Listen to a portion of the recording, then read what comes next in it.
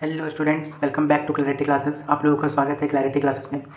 यहाँ पे हम लोग देखने वाले हैं आंसर की सोशल साइंस का क्लास 8 जैकबोर्ड। ठीक है, अब तक हम लोगों ने मैथ्स का और साइंस का देख लिया है। अब इसमें मिलाने वाले हैं कि कितना आंसर सही हो रहा है सोशल साइंस का। पहला क्वेश्चन क्या है? पहला क्वेश्चन है to whom did Lord Clive assign the responsibility of preparing the map of India. मतलब मैप बनाने का रिस्पॉन्सिबिलिटी किसको मिला था? लॉर्ड क्लिव के द्वारा। तो James Rennell, direct question James Rennell. ठीक है, उसके बाद यहाँ पे नेक्स्ट क्वेश्चन था कि what is the expansion of Kashmir to Kanyakumari. Kashmir से कन्याकुमारी की दूरी कितनी है? 3200 किलोमीटर। ठीक है, आप लोग आंसर मिलाते जाइएगा और कमेंट सेक्शन में ये बताकर जरूर जाइएगा कि आप लोगों का कितना सही हो रहा है। नेक्स्ट क्वेश्चन था कि when was the battle of Plassey fought. Battle of Plassey कब हुआ था? 23 जून 1757 एडी पे। What was used to dye clothes in European countries. Question number 104 कहता है कि यूरोपियन कंट्रीज में किस चीज़ से कलर को क्लोथ्स को डाई किया जाता था? Indian indigo, China rose, none of this wood. ठीक है, अब बहुत कोई इंडियन इंडिगो मार के आए होंगे, बट इंडियन इंडिगो उस वक्त वहाँ पे महंगा हुआ करता था, इसलिए वहाँ पे इस्तेमाल क्या किया जाता था? वुड। तो इसका आंसर हो जाएगा वुड। उसके बाद है in Mahalwari system were called Mahaldar. Mahaldar किसको बोला जाता है महलदारी सिस्टम में? ठीक है, जमींदार, फार्मर, विलेज मुखिया या ब्रिटिश गवर्नमेंट। ठीक है, तो यहाँ पे क्या होगा? विलेज मुखिया, जमींदार को नहीं। महलवारी सिस्टम में महलदार विलेज मुखिया को कहा जाता है। नेक्स्ट क्वेश्चन का आते हैं। हाँ, नेक्स्ट क्वेश्चन 106 क्या कहता है कि what was the mean of exchange during ancient period. Ancient period में मीन ऑफ एक्सचेंज क्या हुआ करता था? मतलब किस चीज़ के द्वारा हम लोग सामान लिया करते थे? पैसा देकर के लिया करते थे, गोल्डन कॉइन सोना देकर के लिया करते थे, नन ऑफ दिस या बाटर सिस्टम। देखिए यहाँ पे एंशिएंट पीरियड दिया हुआ है, मतलब कि बहुत पुराना समय का। बहुत पुराने समय में ना तो सोना का आविष्कार हुआ था, यानी सोना कॉइन तो हो नहीं सकता है। अब जब सोना का ही आविष्कार नहीं हुआ था तो करेंसी का कैसे होगा? तो जो भी करेंसी मार के आए हैं गलत है। यहाँ पे क्या होगा? Barter system. आंसर क्या होगा? बाटर सिस्टम, यानी एक सामान दो, दूसरा सामान लो। ठीक है, यानी अगर मैं मेरे पास चावल है, चावल दे रहा हूँ, उससे मैं आटा ले रहा हूँ, ये होता है बाटर सिस्टम। फिर क्या है? Which colour of flag was symbol of the Birsa Raj. Birsa Raj का फ्लैग का सिंबल क्या था? रेड, ग्रीन, सैफरन या व्हाइट। इसका व्हाइट। ये सबको पता होना चाहिए क्योंकि बिरसा रिलेटेड कहाँ से है? झारखंड से, और हम लोग रहते भी कहाँ हैं? झारखंड में। तो झारखंड के लिए ये पता होना बहुत ज़रूरी है। ये सब जनरल नॉलेज है। ठीक है, कि बिरसा राज का फ्लैग क्या था? व्हाइट कलर का था। ठीक है, calico act was related to. Calico act किससे रिलेटेड है? Printed cotton cloth, sandalwood, hot spices, silk cloth. इसका आंसर है प्रिंटेड कॉटन क्लोथ। ठीक, नेक्स्ट क्वेश्चन 109 क्या कहता है कि heavy engineering corporation HEC is located in which city of Jharkhand. Dhanbad, Bokaro, Jamshedpur, Ranchi. तो आपका ऑप्शन सही क्या होगा? रांची। सबसे पहले हेवी इंजीनियरिंग कॉर्पोरेशन जो है वो कहाँ पे HEC है? झारखंड में, वो रांची में है। ठीक, फिर who was the Mughal empire in India. Question number 110 यानी 110 कि मुगल एम्पायर जो इंडिया में है, ठीक है, लास्ट कौन था? वो दारा शुजा, बहादुर शाह टू, मीर कासिम, सिराजुद्दौला। देखिए, बहादुर शाह जफर टू, ये एक कॉमन आप लोगों को ये चेन पता होना चाहिए कि बाबर, हुमायूं, अकबर, इस तरह से करके लास्ट में कहाँ पे आके रुकता था? बहादुर शाह जफर टू पे, यानी या फिर उसको बोलिए बहादुर शाह टू, जो भी। ठीक है, who was the leader of rebel soldiers in Ranchi. Ranchi में लीडर कौन था? विश्वनाथ सहदेव, जय मंगल पांडे या पांडे गणपत राव। तो इसका आंसर क्या हो जाएगा? विश्वनाथ सहदेव, ये थे रांची के। Who considered India an uncivilised country. India को अनसिविलाइज्ड कंट्री किसने कहा था? विलियम जोन्स ने कहा था, थॉमस बेबिंगटन मैकुले ने कहा था, वैरन हेस्टिंग ने कहा था या कोल ब्रुक ने कहा था। तो ये जो लाइन है ना, अनसिविलाइज्ड कंट्री, ये बोलने वाला कौन था? ये बोलने वाला था थॉमस बेबिंगटन मैकुले। ठीक है, यानी कि ऑप्शन बी। नेक्स्ट क्वेश्चन आपसे पूछा गया है कि by whom was Saint Columba college established. Saint Columba college किसने स्टेब्लिश किया था? Dublin Mission, Ramakrishna Mission, Catholic Mission या गॉसेनरी मिशन। इसका आंसर है डबलिन मिशन। डबलिन मिशन ने यह किया था, option A. By the efforts of which Indian social reformer was the practice of sati abolished. कौन सा इंडियन रिफॉर्मर था जिसके वजह से सती सिस्टम को एबोलाइज किया गया था? स्वामी विवेकानंद, दयानंद सरस्वती, राजा राम मोहन रॉय, ज्योतिबा राव फुले। देखिए, ये भी एक जनरल नॉलेज का क्वेश्चन है, ये भी आंसर आपको पता होना चाहिए। कौन? राजा राम मोहन रॉय। ठीक है, next question. Who was the first women to sit on the throne of Delhi. Delhi के थ्रोन पे, यानी दिल्ली के राज्य पे बैठने वाली कौन थी? इंदिरा गांधी, रजिया सुल्तान, क्वीन एलिजाबेथ, रानी लक्ष्मीबाई। पहली क्वीन कौन थी? रजिया सुल्तान, जिसको रजिया सुल्ताना भी कहा जाता है कई जगह पे, और रजिया सुल्तान भी। यहाँ ऑप्शन में आपका रजिया सुल्तान है तो क्या हो जाएगा? रजिया सुल्तान। ये थी पहली दिल्ली में बैठने वाली पहली वुमेन जो दिल्ली के तख्त पे बैठी थी। Swaraj is my birth right and I shall have it. ये एक लाइन है, ये एक कोट है कि Swaraj is my birth right and I shall have it, the statement is of. ये स्टेटमेंट किसका था? Lala Hardayal, Bal Gangadhar Tilak, Mahatma Gandhi, none of them. इसका आंसर क्या हो जाएगा? बाल गंगाधर तिलक। ठीक है, in which Olympic did Sylvanus Dungdung lead the Indian team? Sylvanus डंगडंग ने इंडियन टीम को किस में लीड किया था? मॉस्को 1980, लॉस एंजलिस 1984, बार्सिलोना 1992 या फिर एम्स्टर्डम 1928? इसका आंसर रहेगा मॉस्को 1980। नेक्स्ट क्वेश्चन पे चलते हैं। नेक्स्ट क्वेश्चन यानी कि 118। अब तक हम लोगों ने 11 यानी 17 क्वेश्चन कर लिया है। In which conference did the concept of sustainable development first appear? कौन से कन्फ्रेंस में जो सस्टेनेबल डेवलपमेंट है उसको पहली बार लाया गया था? स्टॉकहोम, क्योटो, रियो या टोक्यो? आपका आंसर क्या होना चाहिए? स्टॉकहोम। कहाँ पे आया था? स्टॉकहोम पे। उसके बाद which of the following is not a localise source? Localise source कौन नहीं है? Water, iron, mica, manganese. Localise source का मतलब क्या होता है? एक जगह लोकल, सिर्फ लोकल में पाया जाए, बस ऐसा ही, और कहीं नहीं पाया जाए। तो देखिए माइका हो सकता है, माइका किसी एक जगह पे पाया जाएगा, कहीं और नहीं पाया जाएगा, तो ये ऑप्शन तो कट जाता है।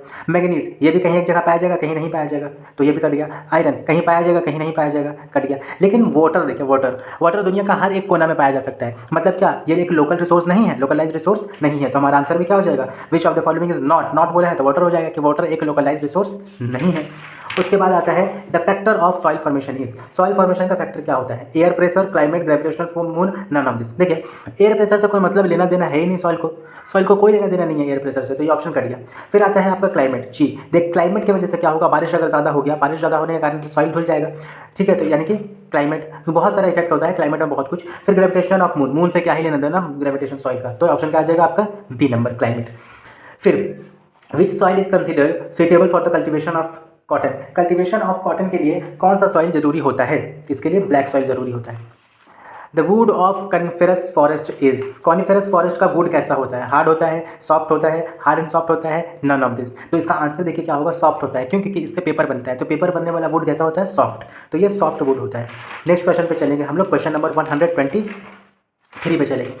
तो क्वेश्चन नंबर 123 क्या कहता है? Where is mica mainly not produced in Jharkhand? Jharkhand में माइका जो है वो कहाँ पे प्रोड्यूस नहीं होता है? कोडरमा में होता है सर, गिरिडीह में भी होता है, हजारीबाग में भी होता है। ये जो है गुमला में नहीं होता है, तो हमारा आंसर क्या हो जाएगा? गुमला।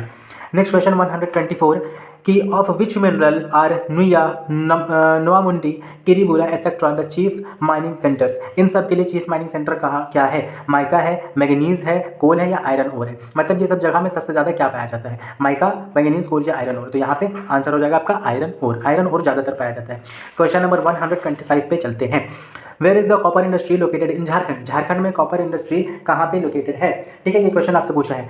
घटशिला, गोमिया, धनबाद, सिंदरी। यहाँ पे आपका क्या हो जाएगा? घटशिला, ठीक है, यहाँ पे मौजूद है। अब देखिए अब तक हम लोगों ने 125 यानी कि 25 क्वेश्चन कर लिया है।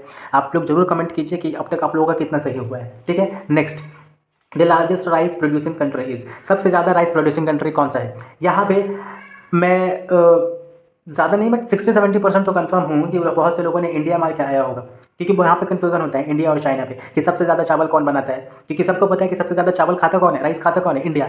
लेकिन बनता मतलब उगता सबसे ज़्यादा कहाँ पे है? तो सबसे ज़्यादा उगता है चाइना पे। चाइना में सबसे ज़्यादा राइस प्रोड्यूस किया जाता है। The largest rice producing country is China, तो आपका ऑप्शन हो जाएगा बी, ठीक है। उसके बाद यहाँ पे है what kind of farming does nomadic herding do? जो नोमैटिक हर्डिंग थे वो लोग कैसा करते थे अपना farming? Intensive subsistence farming, plantation agriculture, primitive subsistence agriculture, none of this. तो यहाँ पे आंसर क्या आ जाएगा आपका? Primitive sustainable subsistence agriculture, option C. Question number 128 में आते हैं। Which is called a basket of bread? Basket of bread किसको बोला जाता था या बोला जाता है? Veld region, downs, prairie region, steppe region. इसका आंसर हो जाएगा आपका पेरेरे रीजन, ठीक है, यानी ऑप्शन सी। फिर आया the raw material of sugar industry is. Sugar industry का रॉ मटेरियल कौन है? शुगर केन है, बीट रूट है, जूट है या बोथ ए एंड बी है? ध्यान से देखिए, शुगर केन, शुगर नाम पे ही शुगर है तो ये तो हो गया। बीट रूट भी जो है ना, बीट रूट वो भी शुगर इंडस्ट्री का रॉ मटेरियल पे आता है, क्योंकि बीट रूट से भी शुगर से का लेना देना है, यानी कि शुगर केन और बीट रूट दोनों हो गया। तो यहाँ पे आंसर क्या आ जाएगा आपका? डी, आंसर हो जाएगा D, both A and B, ठीक है। अब आते हैं क्वेश्चन नंबर 130 पे। Great lakes are the name of a group of. Great lake कितने लेक्स को मिला करके नाम दिया गया ग्रेट लेक? देखिए लेक है ना, तो रिवर नाम तो ऐसे ही कट गया, हिल्स नाम ऐसे ही कट गया। फिर है बर्निंग कैंडल्स, जाहिर सी बात है कैंडल्स क्यों होगा, लेक नाम है तो बस एक ही ऑप्शन था लेक का। तो जो बच्चा इसका आंसर नहीं भी जानता होगा, मुझे उम्मीद है वो भी आंसर सही करके आया होगा, क्योंकि लेक से लेक मिल रहा है और ये सिर्फ एक ही ऑप्शन में है, तो आंसर क्या हो जाएगा? Answer D, 5 lakes. Which is the first modern iron and steel industry in India. India में पहला मॉडर्न आयरन और स्टील इंडस्ट्री क्या है? आपका टिस्को। यह आंसर तो मुँह जुबानी हर बच्चा को याद है कि नहीं, मतलब कि हर किसी को याद होना चाहिए। क्यों? क्योंकि modern iron and industry region है, ठीक है, इससे क्वेश्चन है। और टिस्को एक बहुत बड़ा कंपनी है, तो हर किसी को पता होना चाहिए कि टिस्को किस वजह से फेमस है। जनरल नॉलेज पे क्वेश्चन पूछ लिया। इतना इजी क्वेश्चन है स्टूडेंट्स, मतलब पहली बार मुझे ऐसा लग रहा है कि 2026 का मैं पेपर जब देख रहा हूँ, मैथ्स मैंने सॉल्व कर लिया, बहुत इजी था। साइंस भी मैंने सॉल्व किया, बहुत इजी था। अब सोशल साइंस देख रहा हूँ ना, सोशल साइंस में भी मतलब तो मुझे लग रहा है कि 10-12 तो जनरल नॉलेज का क्वेश्चन था। सोचिए, विच is the most populated country of the world. World का मोस्ट पॉपुलेटेड कंट्री चाइना। कोई भी बच्चा देखते ही आंसर मार देगा, 567 का बच्चा भी इसका आंसर दे देगा कि सबसे ज़्यादा पॉपुलेटेड कंट्री कौन है? China, according to 2011 census. अब जब नेक्स्ट होगा तो शायद हो सकता है इंडिया आ जाए टॉप पे, बट फिलहाल के लिए चाइना है, ठीक है। फिर आगे बढ़ते हैं। आगे नेक्स्ट क्वेश्चन क्या दिया है 133 में कि according to the census of 2011 के जनगणना के through what is the percentage of literacy rate. पढ़े लिखे लोगों का रेट कितना है झारखंड में 2011 के जनगणना की वजह से? तो देखिए यहाँ पे 66.4, 70%, 75%, नन ऑफ दिस। ये भी जनरल नॉलेज में है, 66.4% होना चाहिए। नेक्स्ट क्वेश्चन है कि on which day every year is world population day celebrated. General knowledge देख रहे हैं कितना जनरल नॉलेज, 20 जुलाई, 11 जुलाई, 3 दिसंबर, 15 जनवरी। जनरल नॉलेज 11 जुलाई। जो सोशल साइंस का स्ट्रीम नहीं भी रखते होंगे या जो इस बुक को नहीं भी पढ़ा होगा ना, वैसे भी कुछ स्टूडेंट होंगे जिनको पता होगा कि वर्ल्ड पॉपुलेशन डे कब सेलिब्रेट किया जाता है, झारखंड का लिटरेसी रेट कितना है, ठीक है, और टिस्को को क्या कंपनी है, किस तरह का कंपनी है। तो देखिए कितना ईजी क्वेश्चन बनाया है जैक इस बार 2026 में, मतलब क्या बताऊँ मैं। मुझे तो लगता है हर बच्चा 80%, 85% क्रॉस करने वाला है इस बार। डिस्टिंक्शन तो भरा पड़ा है। ऑन द बेसिस, आप भी कमेंट जरूर कीजिएगा कि आपका क्या स्कोर बन रहा है ना overall. On the basis of which committee report has the fundamental duties been included in the constitution. बोला गया है कि कॉन्स्टिट्यूशन में कमिटी किसके बेसिस पे जो है कमेटी रिपोर्ट जो है फंडामेंटल ड्यूटी का रखा गया है? स्वरण सिंह कमेटी, साचर कमेटी, ठीक है, उसके बाद आपका है चिदम्बरम कमेटी या मंडल कमेटी। तो इसका आंसर होगा Swaran Singh committee. The rights given to the citizen mention in the constitution of India are called. अब देखिए कितना, फिर से जनरल नॉलेज, क्वेश्चन नंबर 136 बोला है कि जो हिंदुस्तान में लोगों को राइट्स दिया गया है, वो राइट्स कहाँ से, किस तरह से, कौन से कॉन्स्टिट्यूशन से दिया गया है? गवर्नमेंट राइट से दिया गया है, फंडामेंटल राइट से दिया गया है, सोशल राइट से दिया गया है, या नन ऑफ दिस। सबको पता है कि इंडिया में हम लोगों के पास कितना फंडामेंटल राइट है, और उसी फंडामेंटल राइट का बार बार बात होता है, तो आंसर कितना आ जाएगा? Fundamental right. आपका ऑप्शन क्या हो जाएगा? Option number B, general knowledge. देख रहे हैं क्वेश्चन इतना ईजी। फिर what was the right to education act implemented in India. Right to education act India में कब इम्प्लीमेंट किया गया था? 4 अगस्त 2009, 1 अप्रैल 2010, 4 अगस्त 2010, 1 अप्रैल 2008। आपका आंसर होना चाहिए 2010। सबसे पहले तो साल पता होना चाहिए 2010, और 2010 में भी कब? 1 अप्रैल। तो ऑप्शन क्या हो जाएगा? बी। फिर आता है who is known as the iron man. Iron man, आप फिर से जनरल नॉलेज, फिर से जनरल क्वेश्चन देखिए। Who is the known as the iron man. Iron man, who is known as the iron man. Mahatma Gandhi को बोला जाता है? जी नहीं। इनको तो फादर ऑफ द नेशन बोला जाता है। सुभाष चंद्र बोस? जी नहीं। नन। उसके बाद अच्छा वल्लभ भाई पटेल? जी, वल्लभ भाई पटेल को बोला जाता है क्या? आयरन मैन, लौह पुरुष, ठीक है, ये पता होना चाहिए। हिंदी में जिसको बोला जाता है लौह पुरुष। Which has been declared a punishable offence on the basis of the principle of equality. Principle of equality के अंतर्गत आप ऐसा कौन सा काम करते हो इन चारों में से कि आपको जो है पनिश किया जाएगा? Untouchability, deprivation of education, forced labour, economic exploitation. अब देखिए इक्वलिटी बोला है, इक्वलिटी, ध्यान से देखिएगा। डिप्रिवेशन ऑफ एजुकेशन यानी कि पढ़ने का ये ना देना, मतलब कि पढ़ने में रुकावट लाना, ये तो क्या बोलते हैं आपको, ये इक्वलिटी के अंतर्गत नहीं आता है, ठीक है, ये भी एक क्राइम है, लेकिन क्या बोलते हैं आपको, इक्वलिटी के अंतर्गत नहीं आता है। फोर्स्ड लेबर, ये भी एक क्राइम है, लेकिन इक्वलिटी के अंतर्गत नहीं आता है। इकोनॉमिक एक्सप्लॉयटेशन, ये भी है, लेकिन इक्वलिटी के अंतर्गत नहीं आता है। लेकिन जब आप अनटचेबिलिटी में जाइएगा ना, अनटचेबिलिटी मतलब छुआछूत। अब देखिए छुआछूत का मतलब ही क्या होता है कि कोई अलग हो गया, कोई अलग हो गया, तो वही अलग अलग किसके अंदर आता है? इक्वलिटी के अंदर। तो ऑप्शन क्या हो जाएगा सही? ऑप्शन नंबर ए, 139 का ए। फिर आया 140, which is called permanent house. Permanent house किसको बोला जाता है? Lok Sabha, Rajya Sabha, legislature assembly, legislative assembly, या नन ऑफ दिस। इसका answer Rajya Sabha. Number of elected members in Lok Sabha is 520, 562, 504, 543। आपका आंसर क्या हो जाएगा? 543। यह भी एक जनरल नॉलेज के अंतर्गत आना चाहिए, ठीक है। To what is the executive responsible, ठीक है, क्या एग्जीक्यूटिव रिस्पॉन्सिबल क्या क्या है, ठीक है, constitution, judiciary, legislature, none of this. तो क्या हो जाएगा इसमें? लेजिस्लेचर। नेक्स्ट 143 क्वेश्चन क्या है? The union list has subject of national importance who can make laws under the list. कौन ऐसा है जो नेशनल इंपॉर्टेंस में लॉ बना सकता है? ठीक है, state government, central government, union, United states या फिर यूनियन टेरिटरी। तो आपका आंसर क्या हो जाएगा इसमें? सेंट्रल गवर्नमेंट, ठीक। फिर है how many high courts how many high courts are there in India at present, कितना हाई कोर्ट इंडिया में है? 28, 27, 24, 25। देखिए जो आपको बुक में दिया हुआ था ना उसके अकॉर्डिंग इसका आंसर होना चाहिए 25, ठीक है, क्योंकि 25 हो गया है, पहले 24 था अब 25 हो गया है, ठीक है। फिर यहाँ पे क्वेश्चन है who gives the oath of the office to the जजेस ऑफ हाई कोर्ट, ठीक है, हाई कोर्ट के जजेस को ओथ कौन दिलवाता है? Chief justice, governor, chief minister या प्रेसिडेंट? आंसर क्या हो जाएगा आपका? गवर्नर। नेक्स्ट क्वेश्चन है कि in which article of the constitution is the provision for untouchability eradication mentioned, untouchability को कौन सा आर्टिकल में मेंशन किया गया है? 13, 15, 17, 19, तो आर्टिकल 17 में। नेक्स्ट क्वेश्चन है how many scheduled tribes resides in Jharkhand, Jharkhand में कितने स्केड्यूल्ड ट्राइब्स रिसाइड किए गए हैं? 32, 42, 22, 52? आंसर क्या आ जाएगा? 32। Now last 2 question. अब देखिए लास्ट 2 क्वेश्चन क्या देता है क्वेश्चन में, क्या अगेंस्ट विच, ये है 148 यानी कि 48 क्वेश्चन, क्या against which project was Narmada बचाओ आंदोलन स्टार्टेड, नर्मदा बचाओ आंदोलन किस प्रोजेक्ट के द्वारा स्टार्ट किया गया था? सरदार सरोवर, टेहरी डैम प्रोजेक्ट या फिर राणा प्रताप या फिर नन ऑफ दिस? इसका आंसर क्या हो जाएगा? सरदार सरोवर, सरदार सरोवर प्रोजेक्ट के द्वारा नर्मदा बचाओ आंदोलन स्टार्ट किया गया था, ठीक है। Sorry 149 question. When was child labour, 3 बचा हुआ था अब 2 बचा हुआ है, यहाँ से 2 क्वेश्चन है कि when was child labour prevention and regulation act introduce, child labour act को कब लाया गया था? 1952 में, 1935 में, 2014 में या फिर 1986 में? इसका आंसर आपको पता होना चाहिए कि 1986 में लाया गया था। नाउ लास्ट क्वेश्चन, ठीक है, क्वेश्चन नंबर 150। हम लोगों ने अभी तक देखिए 49 क्वेश्चन कर लिया है, ठीक है, एंड आई होप इस 49 में से आपका इतना क्वेश्चन तो सही हो ही गया होगा कि आप पास हैं। मुझे पता है कि हर बच्चा इतना मेहनत किया होगा कि वो पास हो रहा है, ठीक है। यानी अब आप 8th के स्टूडेंट नहीं रहे हैं, अब आप क्या हो गए? 9th के स्टूडेंट बन चुके हैं। तो 9th के स्टूडेंट बन चुके हैं और आपने 8th में जिस तरह धुआं किया, सब कुछ अच्छे से पढ़ा, बहुत बढ़िया से पढ़ा। आपको अगर ऐसा चाहिए कि सर 9th में भी हो, जिन्होंने मेरे वीडियो से पढ़ा होगा, मैथ्स पढ़ा होगा, ठीक है, उन्हें पता होगा कि मैथ्स में क्या मतलब मज़ा आया, ठीक। लास्ट के 10 डेज जिन्होंने भी मेरे चैनल से मैथ्स पढ़ा होगा उन्हें पता है कि हूबहू क्वेश्चन आ चुके थे उसमें, ऑलमोस्ट 33-35 क्वेश्चन, ठीक। और जो मेरे साथ फर्स्ट डे से है उनके लिए तो 50 आउट ऑफ 50 क्वेश्चन आया था। तो कहने का मतलब है कि इसी तरह से 8th का क्वेश्चन, अब मैं 8th में मैंने जो है वो आपका मैथ सिर्फ पढ़ाया था, बाकी साइंस वगैरह इंग्लिश वगैरह नहीं पढ़ाया था। इस बार मैथ भी हम लोग पढ़ेंगे, इस बार हम लोग साइंस भी पढ़ेंगे, ठीक है, बिल्कुल। 9th में मैथ साइंस भी पढ़ेंगे और इंग्लिश भी आई ट्राई टू कवर।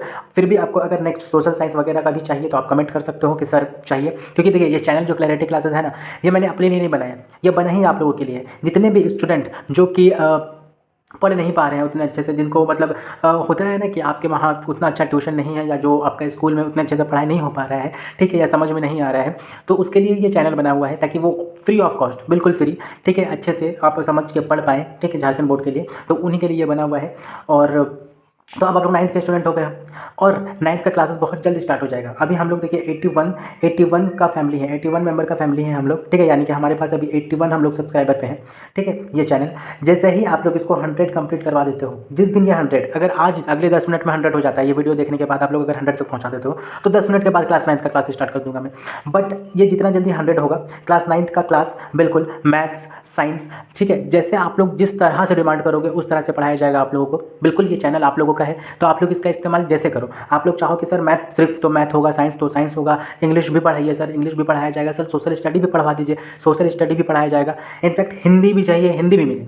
तो आप लोग जिस भी चीज़ के लिए कमेंट करोगे, जिस भी चीज़ का डिमांड करोगे, आप लोगों का चैनल है, जिस तरह से आप लोग इसका इस्तेमाल करोगे ये चैनल में उस तरह से वीडियो आप लोगों को मिलेगा, ठीक है। तो क्लास 9th के लिए हम लोग पढ़ाई बिल्कुल स्टार्ट करने वाले हैं। नेक्स्ट लास्ट क्वेश्चन पे आते हैं। लास्ट क्वेश्चन है कि अकॉर्डिंग टू आर्टिकल 24 के द्वारा कॉन्स्टिट्यूशन चाइल्ड लेबर, जो कॉन्स्टिट्यूशन चाइल्ड लेबर लगाया गया है, offence for children of which age group, कौन सा एज ग्रुप के लिए ये लगाया गया है child labour? Less than 80 year 18 साल से कम, लेस देन 14 ईयर 14 साल से कम, लेस देन 16 ईयर 16 साल से कम, या लेस देन 8 ईयर 8 साल से कम?